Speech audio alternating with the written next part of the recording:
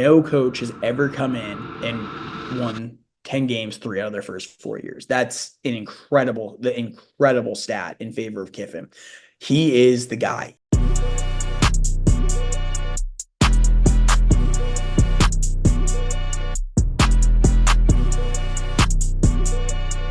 This is the 3-Point Stance. Today we'll be breaking down the Ole Miss Rebels, and joining me is two-time Mississippi Sports Broadcaster of the Year, a Heisman voter representing the South region.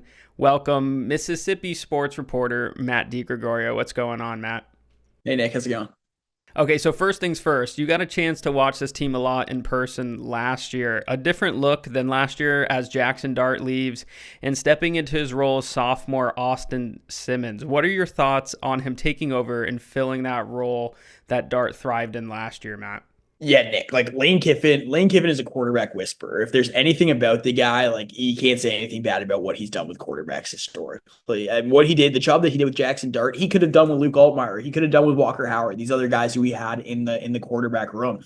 Austin Simmons, you saw what he did. He had a whole plan last year already for Simmons. Like Dart leaves that game against University of Georgia. Simmons comes in and as an 18-year-old and thrives. He's a lefty quarterback. He's a southpaw. He doesn't even play the same way as Dart. Like there's very little similarities between the two guys. And Simmons comes in, leads a drive straight down the throat of one of the best defenses in the country. He scores a touchdown and sets the tone. Hey, we're here to stay. Before Dart came in and eventually won that game, one of the biggest wins in the history of the program at Ole Miss.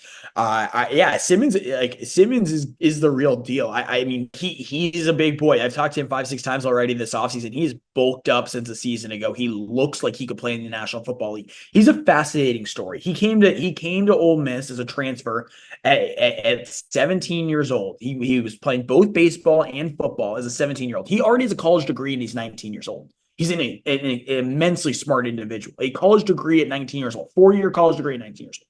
He was an early enrollee, one of the first to reclassify and then reclassify to a college. And Ole Miss has loved him since he stepped on campus. And I think that you saw Walker Howard, who was a former 4-star, 5-star recruit, come from LSU, transfer into Ole Miss. And you saw Spencer Sanders at one point come in and transfer into Ole Miss. Luke Altmaier, a Starkville boy, who's now one of the top quarterbacks in the country at Illinois. Like he was behind Dart there. And the one guy who's been able to stick it out this entire time is Austin Simmons. And there's a reason because like that guy has heart. He cares. He gets it. And it's weird, obviously, like lefty quarterbacks will never make you feel comfortable back there. I've always had that opinion. But even Tebow and Tua, like I just never felt comfortable with them as good as they were. But Simmons has an edge to him that's very unique. He's a good kid. He's very, very smart and very meticulous in the way that he makes his decisions. He reads fields like not like a 19-year-old. He reads fields like reads the defense like he's 25 years old. And I think that's why Kiffin loves him.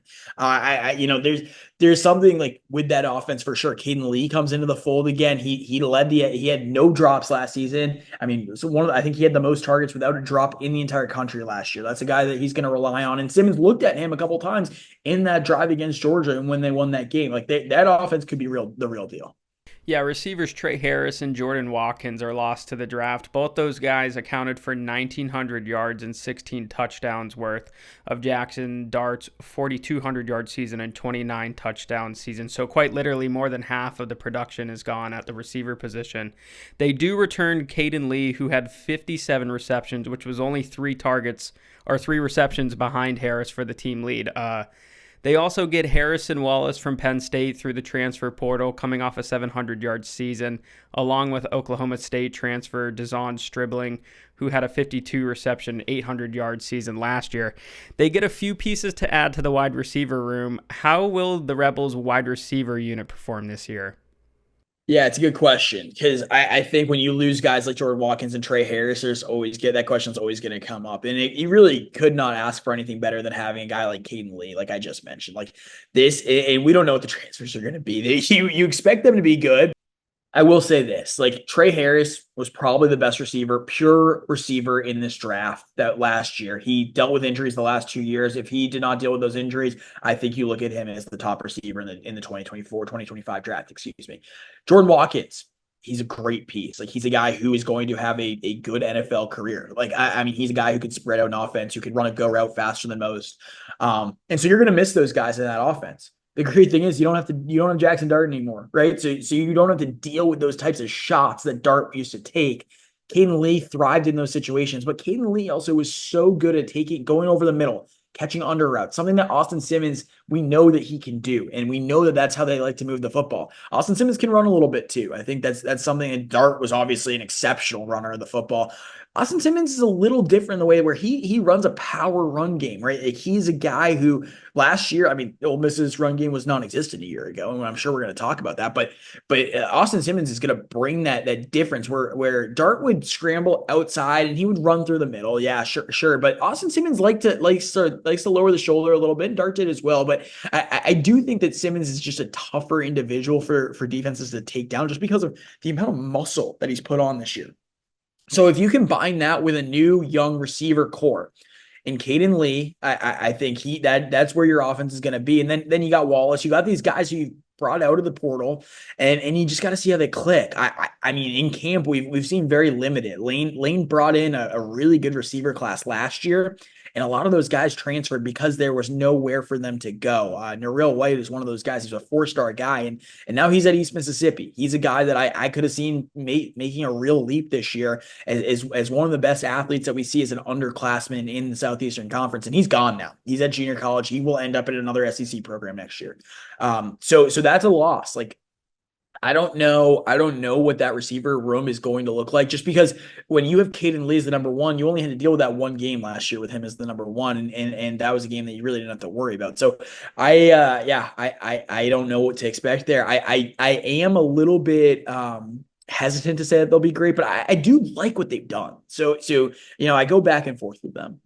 Yeah, they also lose their rushing attack from last year, led by Henry Parrish and Ulysses Bentley. So they bring in senior Logan Diggs in the portal from LSU. Diggs was a 4-star recruit when he was committed and signed with Notre Dame in 2021. He spent his freshman and sophomore years in South Bend, where he combined for 1,000 yards and averaged 5 yards a carry in his time there. 2 years ago, he was with LSU, where he had 650 yards before tearing his ACL in the last game of the year at the ReliaQuest Bowl. He transferred to Ole Miss last year and was rehabbing an ACL the whole season. The Rebels will also bring in sophomore Kawan Lacey from Missouri and Damian Taylor from Troy. Matt, what are your thoughts on this running back room in general this year?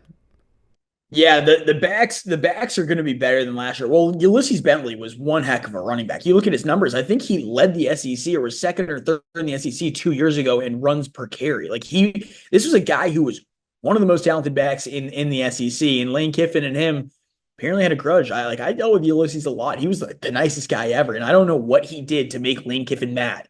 He had to have done something though, because Henry Parrish was not a better back than him, and Henry Parrish was a transfer back. Bentley though, like, I mean, as far as what you could, I mean, look at what he did last year when he was on the field. He had like a 70+ yard rushing touchdown against LSU. He had like a 60 yard plus yard rushing touchdown against Mississippi State. He was an elite back in the SEC, and they didn't use him, and it cost them a trip to the playoffs. I promise you, that is why they weren't there. And their offensive line was putrid, was horrible.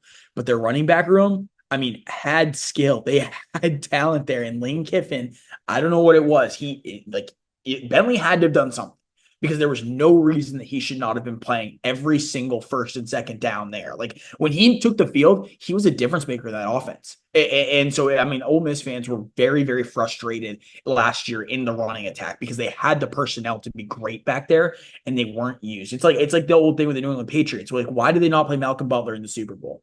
They probably win the Super Bowl against the Eagles if they play that game. It's the same thing last year. If you run Ulysses Bentley to be a guy, if you run him as your number one guy, you're a playoff team. So yeah, there's a lot of frustrations there. For this year's back room, I like Diggs. Diggs is always a great get for them. But there was a reason why Diggs has been on 2 different teams now. Like he could not beat out Durham at LSU. Like at South Bend, like he could not beat out Jeremiah Love. Like that. So you find another spot here.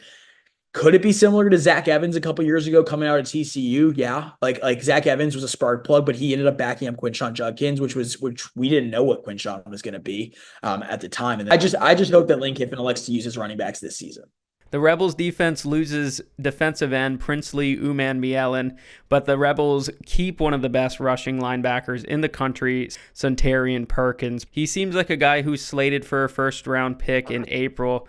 Another guy that returns is linebacker TJ Daugherty, who looks to lead the defense with Perkins. Only one returning starter on last year's defense is back, and there are big holes to fill left by All-American defensive tackle Walter Nolan and All-American linebacker Chris Paul Jr., along with the leader of last year's secondary, Trey Amos. The question is, how will the defense fare this year with first-year starters? Yeah, I mean that is their big thing. I mean, they lost Paul, they lost Prince Miel, and they lost Jared Ivey, they lost Trey Amos, they lost all these guys, Walter Nolan in the first round. Like they lost so many guys, and this was something like almost all those guys were transfers that Lane had brought in the last 2 years. Like those are just all portal gets that Lane threw that defense together, and they were all draft picks. Like that was Walter Nolan was like the number one guy in the portal 2 years ago, and he ended up going like to the Arizona Cardinals in the first round of the draft. Like that defense last year was so skilled and they knew it. And there was a swagger about them. When they lost that LSU game, I remember they were I was on the side, I was right next to them. And them there was a devastation because they never once felt like they would lose that game. Like they never felt like they would lose a game. That defense was so elite last year.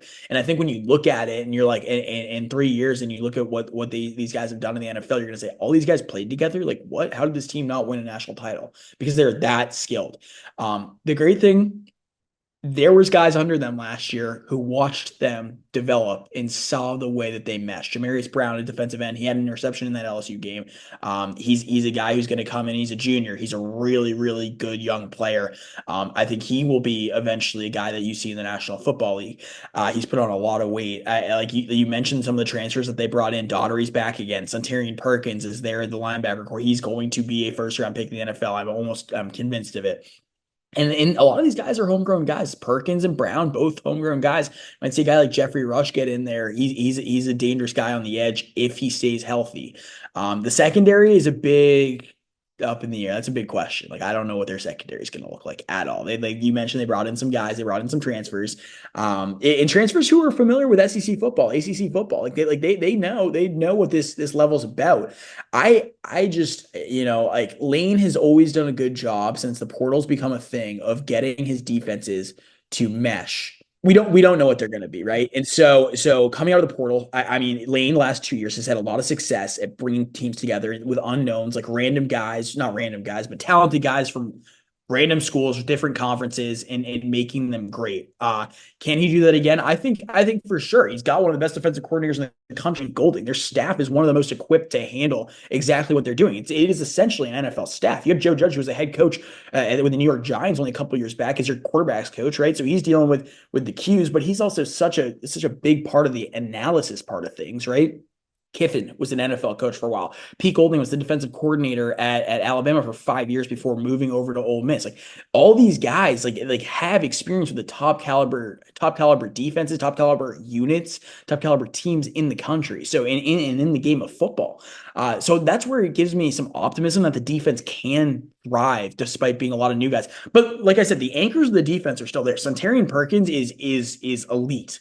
And when you have him at the mic and him running around there, you can put him on the edge if needed. He can run back in coverage, kind of like Harold Perkins did at LSU. Like they're very similar. I think that Suntarine Perkins is a guy that you got to watch out, and Daugherty as well. Yeah, you just mentioned him, Matt. Lane Kiffin comes off a 10-3 season last season and now sits 44-18 as the head coach of the Rebels. Kiffin now has 10 or more wins in 4 of his last 6 seasons. So this season he faces a new quarterback at the helm and a defense who is pretty green from last year's defense. What are you expecting out of the Rebels in general this season, Matt?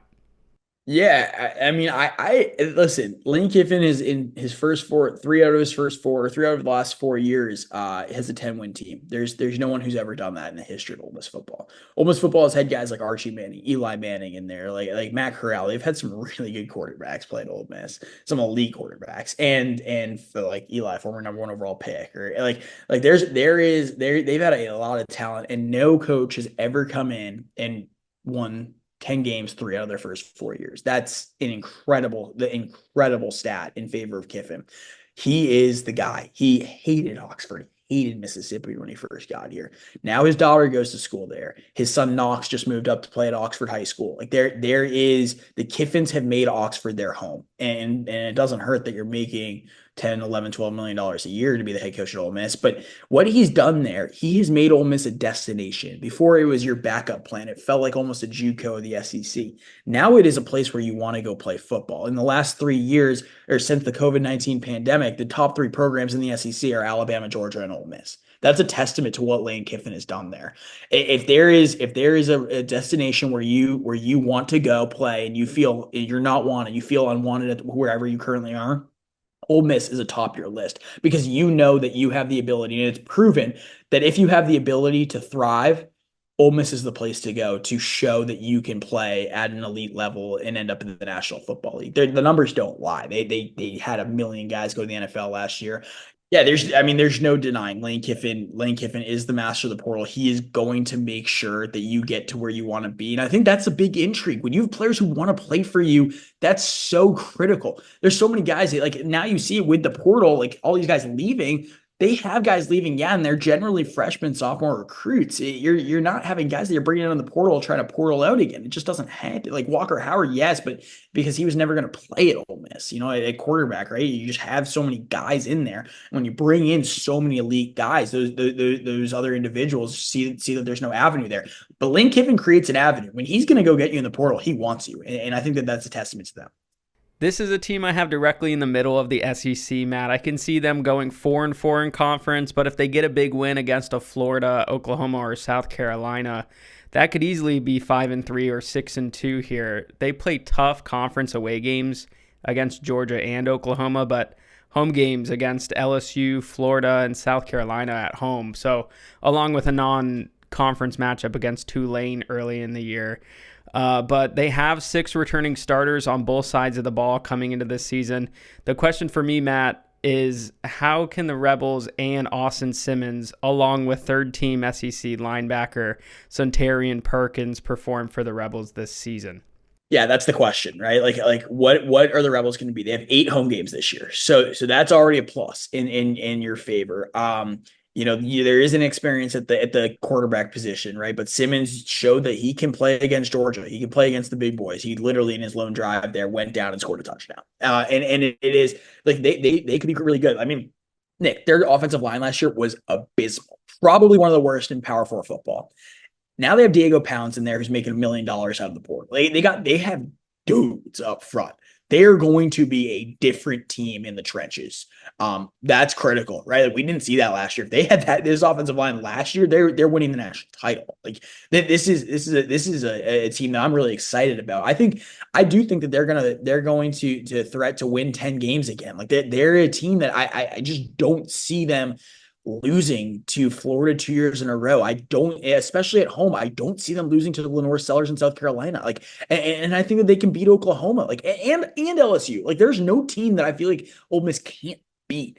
And I think that shows like the maybe I have a little false hope, but it's Lane Kiffin, so I can't say that they're not going to win a game. I mean, and that they're not that there's a game that they can't win when you have the guys that they have, the staff that they have, the experience that they have. I mean, you mentioned they still have guys on each side of the ball that played a massive part in last year's team or 2 years ago. So Suntarine Perkins started for them since he was a freshman. They have a lot of options there up in Oxford, and that leads me to believe that you're looking at a 9 or 10 win Ole Miss team. 8 home games. You got to think you're going to win 7 of those, right? You could lose to LSU there. In theory, you could lose to South Carolina. Tulane could get you. And if Tulane gets them, I think that they lock in immediately because Tulane's probably going to be the best group of 6 school this year. And so if you can beat them, they're most likely, in my opinion, going to be a playoff team.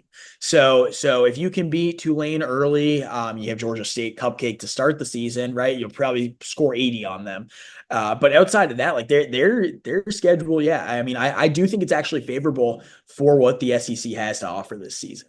We'll have to wait and see for this Lane Kiffin Ole Miss team, but thanks for sticking around, and click on the video on your screen for another team breakdown.